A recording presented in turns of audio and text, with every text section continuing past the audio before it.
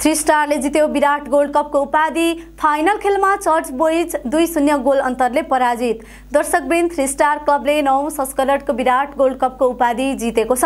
विराटनगरको शहीद रङ्गशालामा बुधबार राति सम्पन्न फाइनल खेलमा Shaheed Smarak A division league champion church boys युनाइटेडलाई 2-0 गोलले पराजित गर्दै थ्री स्टारले उपाधि जितेको हो। थ्री स्टारलाई उपाधि दिलाउन खेमराज श्रेष्ठले खेल सुरु भएको 5औं मिनेट र दिपेश कलेले 63औं मिनेटमा गोल गरे। उपाधिसँगै थ्री स्टारले नगद 11 लाख सहित ट्रफी हात पारेको छ भने उपविजेता चर्च बोइजले 5 लाख रुपैयाँमा चित्त बुझाएको छ। फाइनल खेलको man of the match three स्टारका कप्तान एकराज बुढाथोकी घोषित भए।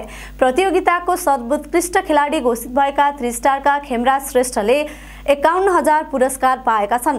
विजेता टिमलाई कोशी प्रदेशका मुख्यमन्त्री हिक्मत कुमार कार्की, प्रदेशसभा सदस्य भीम पराजुली, विराटनगर महानगरपालिकाका प्रमुख नागेश कोइराला, विराट गोल्ड कपका संयोजक नवीन रिजाल लगायतले पुरस्कार वितरण गरेका छन्।